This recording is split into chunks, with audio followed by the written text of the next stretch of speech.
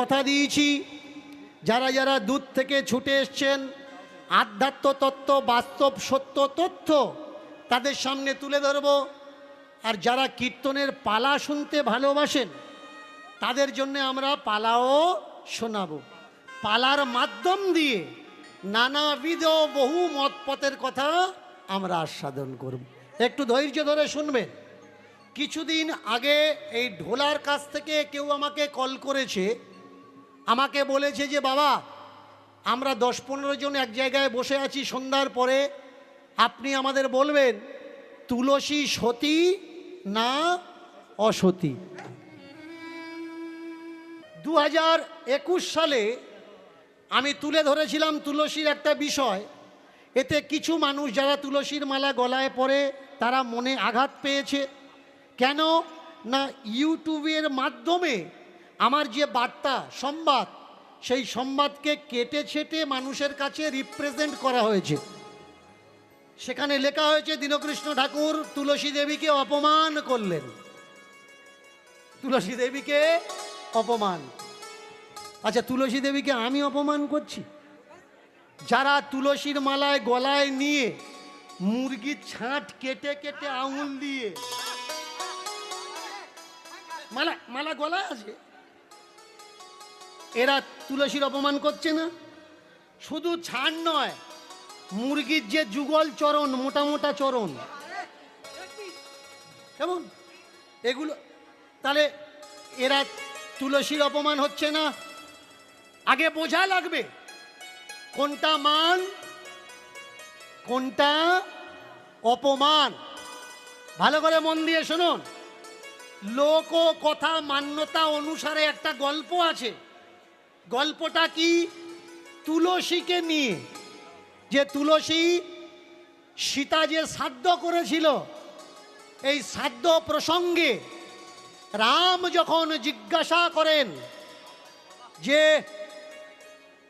সীতা পিণ্ড দিয়েছে কি না, সেখানে মিথ্যে কথা বলে কজন? প্রদীপ মিথ্যে কথা বলে, বটগাছ মিথ্যে কথা বলে, ফল্গু নদী মিথ্যে কথা বলে, যিনি শ্রাদ্ধ করিয়েছেন যে ব্রাহ্মণ তিনি মিথ্যে কথা বলে, আর মিথ্যে কথা বলে কে? তুলসী গাছ। বটগাছ একা বলেছে সত্য কথা, তাই বটগাছকে আশীর্বাদ করেছেন যে হে বটবৃক্ষ তুমি সত্যি বলেছো, তাই তুমি অমর থাকবে যুগ যুগান্তর। মিথ্যে কথা বলেছে ফল্গু নদী, তাকে বলেছে তুমি জলশূন্য হয়ে যাবে, তাই চোরা স্রোত বয়। মিথ্যে কথা বলেছে প্রদীপ, তাকে মা অভিশাপ দিয়েছে যে তুমি নিভে যাওয়ার পরে মরা পোড়ানো গন্ধ বেরোবে তোমার থেকে। আর মিথ্যে কথা বলেছে ব্রাহ্মণ, তাকে অভিশাপ দিয়েছে লাখো টাকায়ও ব্রাহ্মণ ভিখারি। তুলসী মিথ্যে কথা বলেছে, তুলসীর কি অভিশাপ দিয়েছে? কুকুরে তোর মাথায় করবে। হ্যাঁ, এটা আমার কথা নয়, এটা লোক কথা অনুপাতের কথা, দীনকৃষ্ণ ঠাকুরের কথা নয়। আমরা তথ্যটাকে ভুল বুঝেছি। ব্রাহ্মণ মিথ্যে কথা কেন বলেছে? ব্রাহ্মণ মিথ্যে কথা এই জন্যে বলেছে যে মা জানকী তো আমার কাছে এসেছে, আমি মা জানকীকে দেখেছি, কিন্তু আমার একটা মিথ্যে কথায় বললে যদি প্রভু রামকেও আমি কাছে পাই, তার হাতেও আমি জল দিয়ে বোলাতে পারি আমার মন্ত্র, আমার জন্ম ধন্য হবে। খেয়াল করবেন কথাগুলো। ফল্গু মিথ্যে কথা কেন বলেছে? যে মা জানকী তো আমাকে স্পর্শ করেছে, যদি রাম মানে উভয় জানকী আর রাম দুজনে আমার স্পর্শ করে, তাহলে আমি প্রফুল্লিতা হব, সৌভাগ্যিনী হব, আমি বিশ্বের সব থেকে বড় এমন সাধিকা হব যে সাধনা না করেও প্রভু রামকে আমি পাব। তুলসী কেন মিথ্যে কথা বলেছে? যে সে আবার প্রভুর ছোঁয়া পাবে। এটা একটা গল্প মাত্র। কিন্তু এবারে শুনুন, প্রথমেই যে আমি আপনাদের জিজ্ঞাসা করছিলাম, প্রশ্ন করুন তুলসীর মালা গলায় কেন পরেছেন? সীতার যে অভিশাপ, তুলসীর উপরে আছে যে কুকুরে পেশাব করবে, গলায় তুলসীর মালা নিলে তুলসী তোমাকে প্রতিটা সময়ে মনে করিয়ে দেবে, আমি জীবনে একবার মিথ্যে বলেছিলাম, তাই আমি সাজা এত যুগ যুগ ধরে সাদা পাচ্ছি সেই ত্রেতা যুগ থেকে।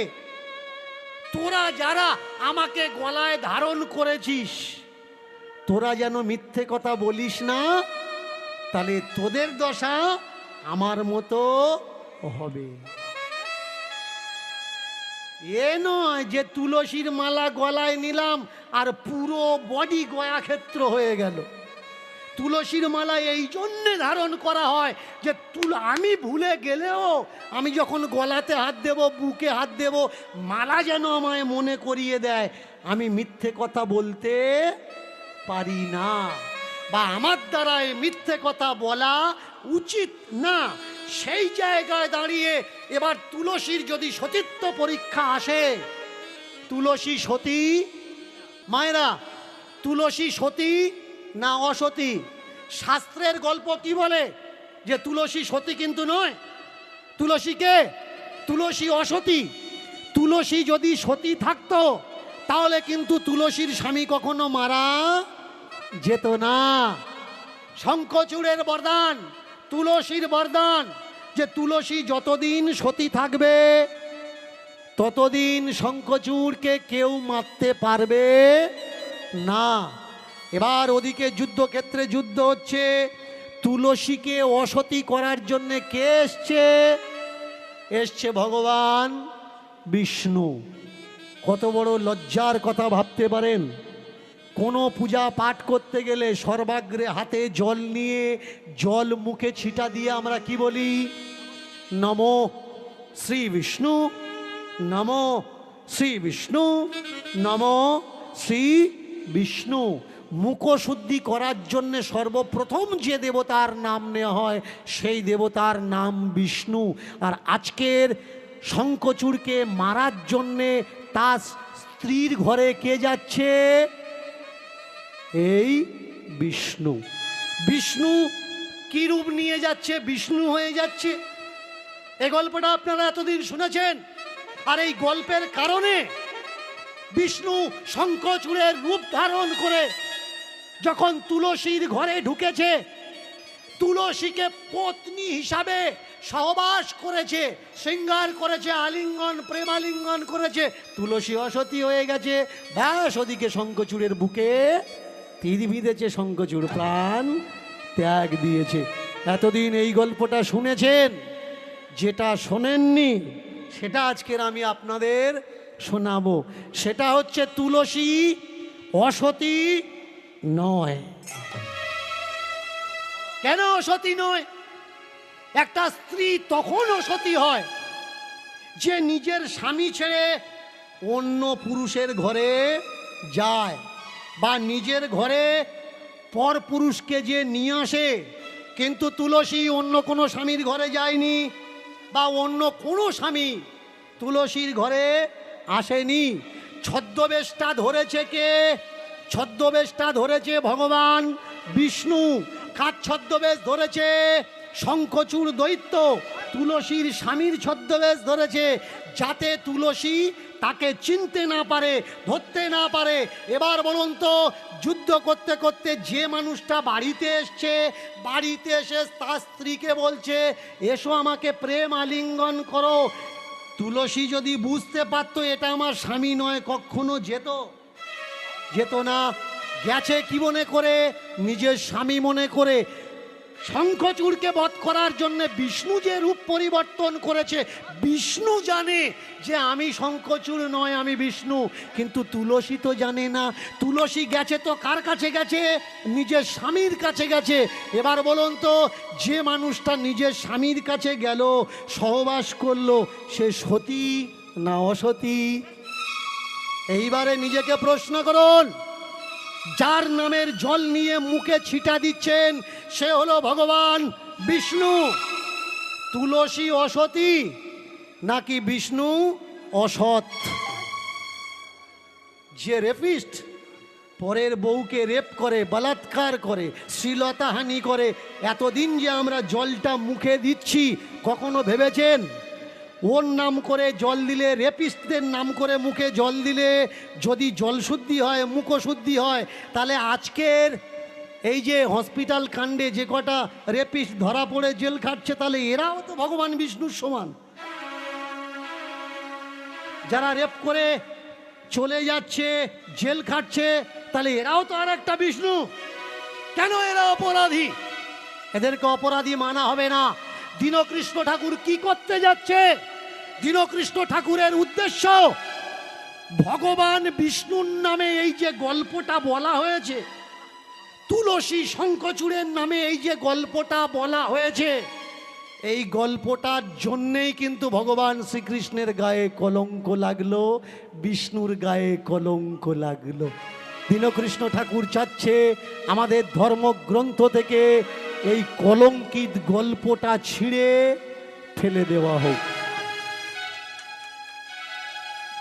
প্রেম সে নিতাই গৌর হরিবল হরিবল হরিবল। বাঁশের ঝাড়কে যদি আমরা তুলে দিই, না থাকবে বাঁশ, না হবে বাঁশরি, না বাজবে বাঁশি। আর বাঁশি যদি না বাজে, রাধা কি কখনো পরের স্বামীর কাছে যাবে? বাঁশি বাজছে বলেই যাচ্ছে। আর ধর্মগ্রন্থে এই নোংরা গল্পগুলো আছে বলে প্রকৃত ব্রাহ্মণ নিন্দায় মাথা তুলতে পারছে না। বটগাছ মাথা উঁচু করে দাঁড়িয়ে আছে, প্রদীপ, ফল্গু নদী, তুলসী গাছ নিন্দিত হচ্ছে। নিন্দিত হচ্ছে এ সমাজের সতী নারীগুলো, নিন্দিত হচ্ছে আমার সনাতন ধর্ম, নিন্দিত হচ্ছে সনাতন ধর্মের মানুষগুলো। তাই আমাদের প্রত্যেকটা সনাতনীর কর্তব্য আমাদের ধর্মগ্রন্থ থেকে এই নোংরা নোংরা গল্পগুলো টান মেরে ছিঁড়ে ফেলে দেওয়া হোক। আর প্রতিবাদ করো, বলা হোক এই গল্পগুলো আমাদের ধর্মগ্রন্থের গল্প নয়। আজকে দেখুন পুরো খোলাখুলি ভাবে আমাদের বাংলার যিনি ব্যাসদেব, ভালো করে আমি রিপিট করছি আবার, আমাদের বাংলার যিনি ব্যাসদেব, তার নাম নৃসিংহ প্রসাদ ভাদুড়ী। গত কয়েক বছর ধরে এই যে মায়ের পূজাটা হয়ে গেল, আপনারা পূজা করলেন, পূজা দিলেন, আপনাদের ঘরের ছেলেমেয়েরা পুষ্পাঞ্জলি দিল, প্রণামও করলো। আমার প্রতিবাদ ছিল এই প্রণাম মন্ত্র আর পুষ্পাঞ্জলি মন্ত্র নিয়ে।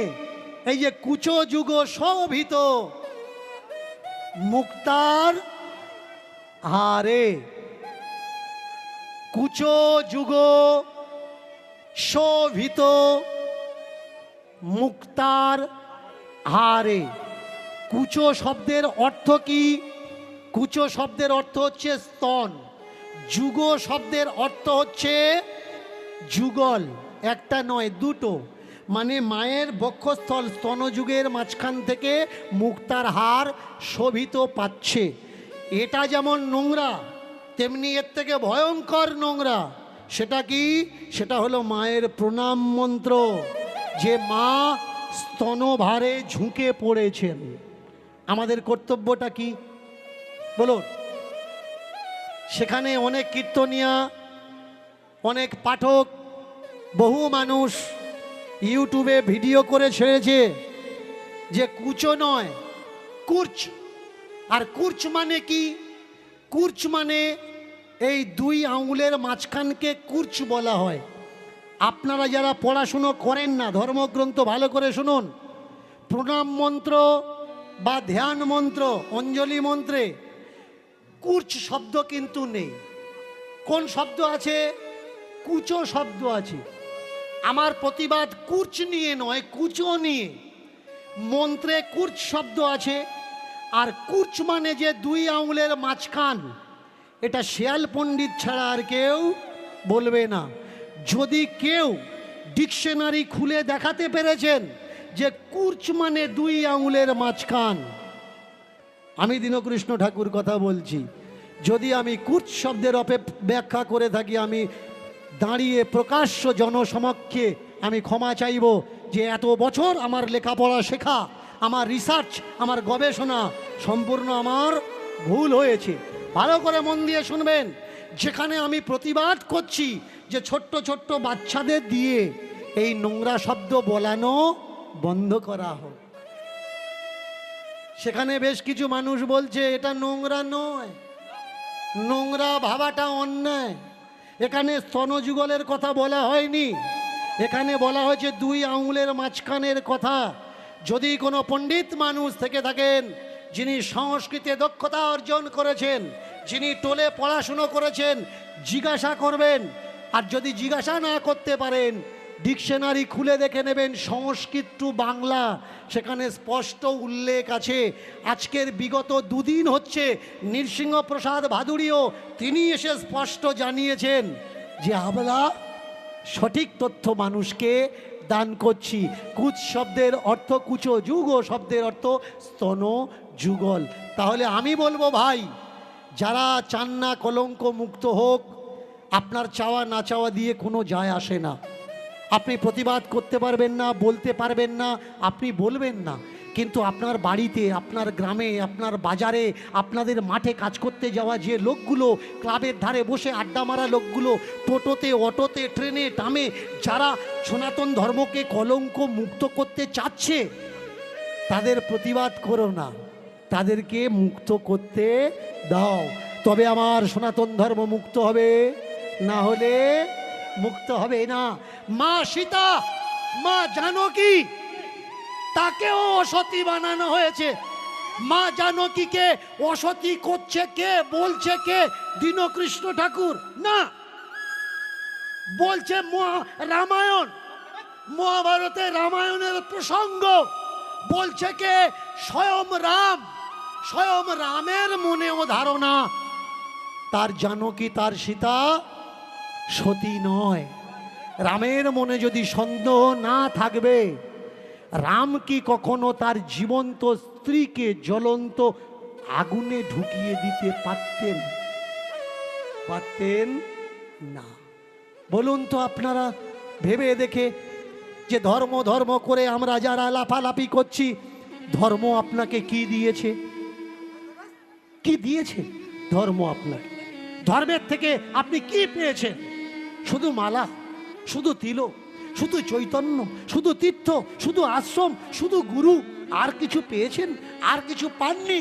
এই গত মাসের কথা, একজন MBA করা ছেলে আমাকে ফোন করে বলছে, নাম বলবো না, আমার নাম উমুক দাস। আমি জিজ্ঞাসা করলাম বাড়ি কোথায়, বলতে চাচ্ছে না।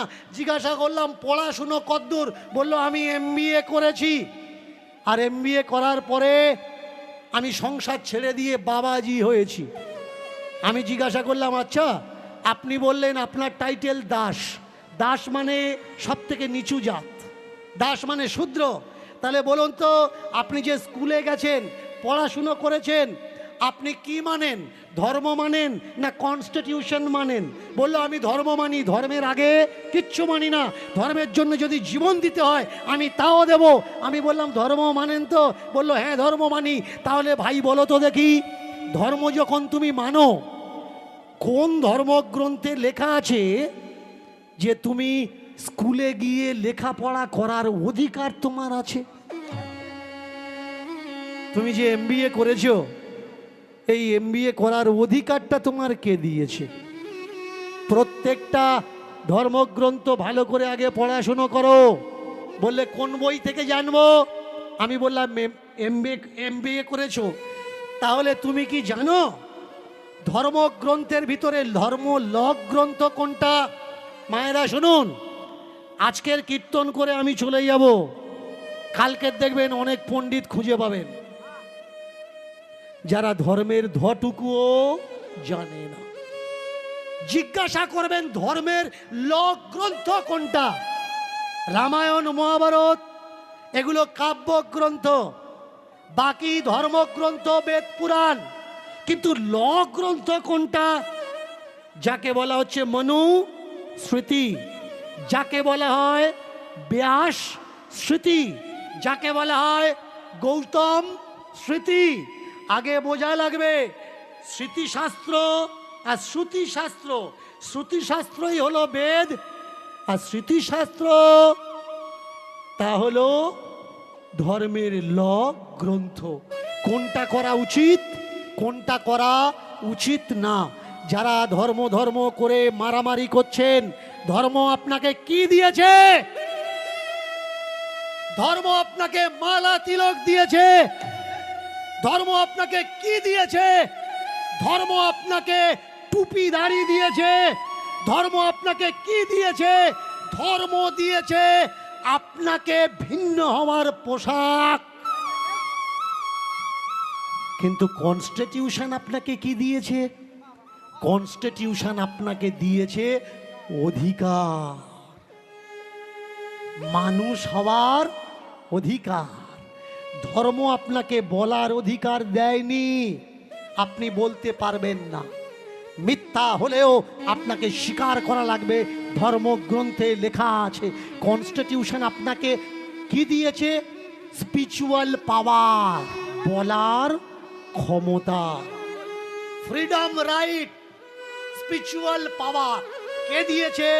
কনস্টিটিউশন আপনাকে দিয়েছে, সংবিধান আপনাকে দিয়েছে। ধর্ম আপনাকে কি দিয়েছে? জাত, মানে দীক্ষা নেওয়া তো দূরের কথা, মন্দিরে যাওয়া তো দূরের কথা, মন্দিরের চূড়ার দিকে আপনি তাকাতে পারবেন না। ভালো করে শুনুন, কথাগুলো শোনার দরকার, যে ধর্ম আমাদেরকে কি দিয়েছে। মনুস্মৃতি বলছে গৌতম নীতি বা গৌতম সূত্র। গৌতম সূত্র বলছে, পরাশর নীতি বলছে, পড়ে নেবেন, এ তিনখানা গ্রন্থ। সেখানে বলা হচ্ছে যিনি শূদ্র, ব্রাহ্মণ, ক্ষত্রিয়, বৈশ্য, এই তিন জাতের চরণ সেবা করবে আর তাদের ফেলে দেওয়া উচ্ছিষ্ট খাবে, মানে এঁটো খাবারটা খাবে, নষ্ট করা খাবারটা খাবে, এই তিন জাতের ফেলে দেওয়া জামা কাপড়টা পরবে। আপনারা যারা ধার্মিক বলছেন, পড়াশুনো করে চাকরি করছেন, জানেন এই অধিকার আপনাকে কে দিয়েছে? বাবা সাহেব দিয়েছে, আম্বেদকর।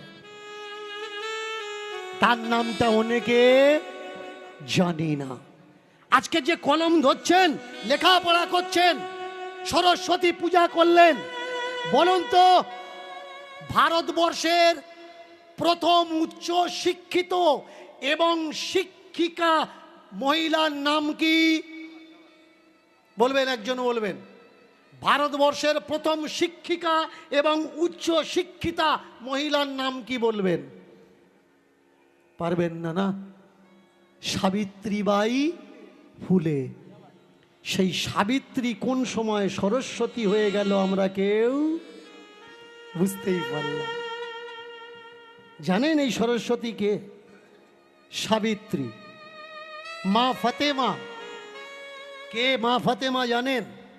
যিনি বাচ্চাদের শিক্ষার জন্য এত কষ্ট করেছে, গায়ে থুতু দিয়েছে, তারপরেও থুতু মুছে দিয়ে সমাজে শিক্ষা দান করেছেন। এরা কারা? যাদেরকে পূজা করার দরকার আমরা তাদেরকে পূজা করি না।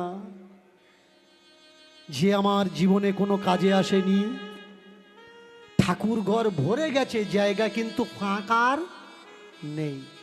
যারা দূর থেকে কীর্তন শুনতে এসছেন, কীর্তন শোনেন, আমার নামে নিয়ে তর্ক করেন, আজকের কথা দিচ্ছি, যদি বলতে পেরেছেন এখানকার 10টা পয়সা ফুটো করি আমি নেব না, যে বলবে আমি তাকে দিয়ে দেব। কদিন আগে যে পূজা হলো, এই পূজাটার নাম কি? সরস্বতী পূজা। বলুন তো, সরস্বতী জন্মেছে মানে তার মা আছে, বাবা আছে। বলুন সরস্বতীর মায়ের নাম বলুন। যে বলতে পারবে আজকের কীর্তনের টাকা তাকে দিয়ে দেব। যারা যারা পোস্টার মেরেছে ওদের ডাক দাও, মা সরস্বতীর মার নামটা বলুক। মা সরস্বতী মা থেকে আসেনি, বাবায় থেকে জন্মেছে। আর সেই বাবার নাম কি? ব্রহ্মা। মা সরস্বতীকে জন্ম দিয়েছে কে? ব্রহ্মা। আর মা সরস্বতীর বরের নাম কি এবার জোর করে বলবেন? এটা কিন্তু পুরস্কার দেবো না। মা সরস্বতীর বরের নাম বলুন। ব্রহ্মা। ব্রহ্মা। এবার ব্রহ্ম তেলো ঠিক আছে তো? অনেকে বলে নবীজি নাকি তার মেয়ের বয়সী মেয়েকে বিয়ে করেছে, নবীজি বৌমাকে বিয়ে করেছে, ছেলের বউকে বিয়ে করেছে, আর ব্রহ্মা যে নিজের মেয়েকে বিয়ে করে বসে আছে। ভাই পরের ধর্মের নোংরা দেখো, নিজের নোংরাটা তো আগে সারো। ব্রহ্মা জন্ম দিল সরস্বতীকে, আর সেই সরস্বতী বিয়ে করলো আবার কাকে? ব্রহ্মাকে।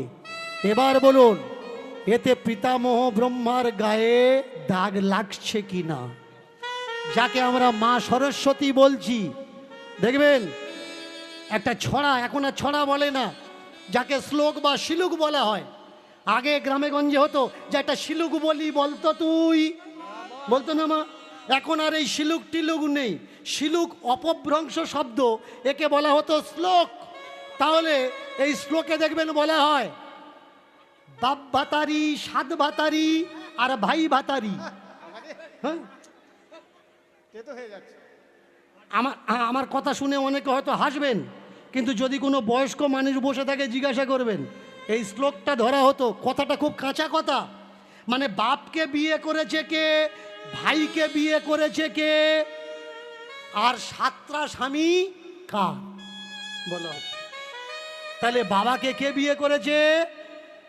মা সরস্বতী। এবার বলুন, এই গল্পটা যদি আমাদের ধর্মগ্রন্থে থাকে, তাহলে মা সরস্বতীর গায়ে কলঙ্ক লাগবে, পিতামহ ব্রহ্মার গায়ে কলঙ্ক লাগবে। এবার বলুন, এই গল্পটা যারা লিখেছে, ধর্মগ্রন্থকে উঁচু করার জন্য লিখেছে নাকি নিচু করার জন্য লিখেছে? সেখানে দীনকৃষ্ণ ঠাকুর চেল্লাচ্ছে আপনার গ্রামে এসে, আপনার বাড়িতে এসে, যে এই গল্পগুলো আমাদের ধর্মগ্রন্থের গল্প নয়, সনাতন ধর্মকে কলঙ্কিত করছে এই গল্পগুলো। সরস্বতীকে, সরস্বতী কোনো মূর্তি নয়, সরস্বতী কোনো দেবী নয়, সরস্বতীকে হিমালয় থেকে বয়ে আসা একটা স্রোত মাত্র। হ্যাঁ, যেটা হিমালয় থেকে বয়ে এসে পাঞ্জাব আম্বালা পর্যন্ত এসে সমুদ্র নদী মাটির নিচে চলে গেছে, বিলীন হয়ে গেছে। একে বলা হয় সরস্বতী। স্বর মানে কি? শব্দ। আর সতী মানে কি? পবিত্র বা পবিত্রা। শব্দ উৎপত্তি হয়েছে কোত্থেকে? প্রথম শব্দ উৎপত্তি হয়েছে জল থেকে। কুলু কুলু রব, কল কল্ল লি নি। অমায়েরা হচ্ছে তো? কি শোনা যাচ্ছে তো? একটু জোরে বলুন মায়েরা। যারা কীর্তন শুনছো না, জোরে উলুধ্বনি।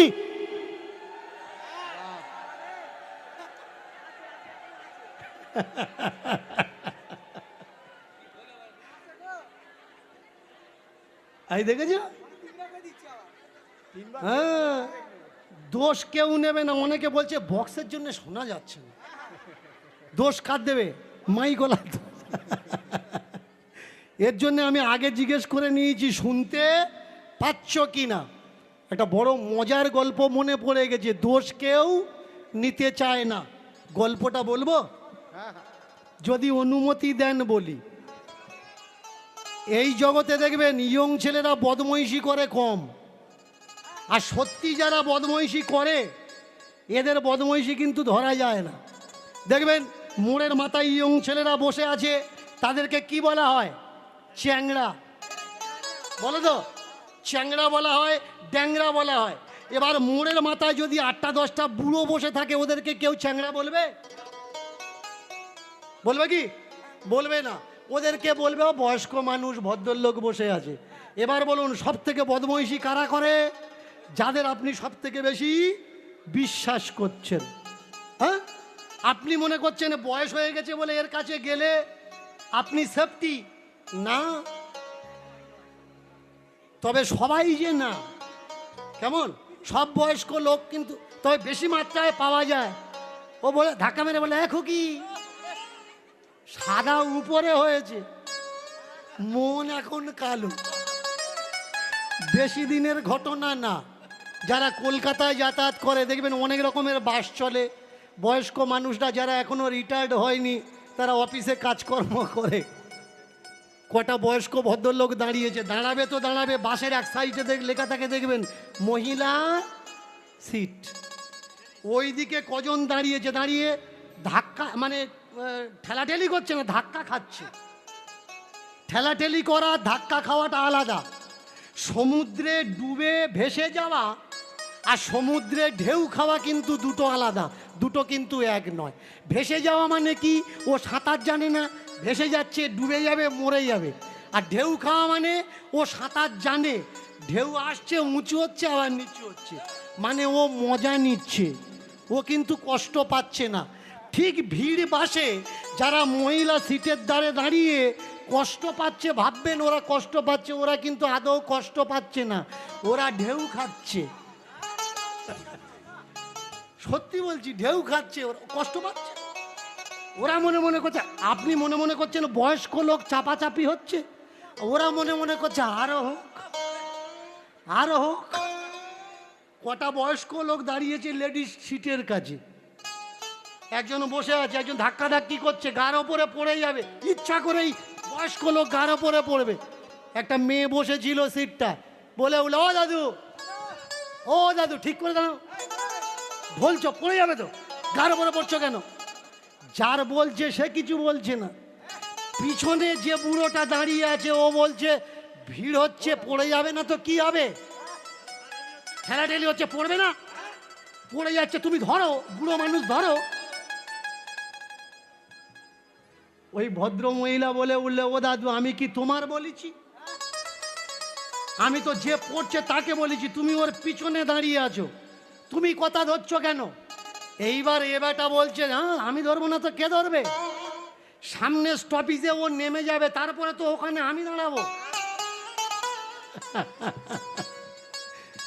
ভেবো না যে যাকে তুমি আশ্রয় মনে করছো ওটা তোমার আশ্রয়। এই ধর্মগ্রন্থকে যারা আজকের আশ্রয় বলে মনে করছে, এটা কিন্তু আশ্রয় নয়। ধর্মগ্রন্থ যে অধিকার আমাদের দিয়েছে, সেই অধিকারটা অনেক ক্ষুদ্র আর হীন। আর এই নিয়মগুলো যারা তৈরি করেছে, এক পদের শাসক আর শোষক মানুষ। ধর্ম কি? ধর্ম সবার জন্যে। ধর্মের অর্থ কি? ধর্মের অর্থ হলো শান্তি। আর আজকে রাত্রে যে জায়গায় ভাগবত পাঠ হচ্ছে, জয় জয় তুলসী, নম নম তুলসী, বৈকুণ্ঠেরও সেবিকা, কৃষ্ণেরও দাসী, যেখানে হচ্ছে সেখানে কি ধর্মের স্থল। আর ওই ডাকাত গোবর্ধন ছুটে এসে ঢুকবে তো ঢুকবে, কোথায় ঢুকেছে? ওই হাজার হাজার মানুষগুলোর ভিতরে ঢুকেছে, যাতে এখানে ঢুকলে কেউ আমাকে ধরতে না পারে।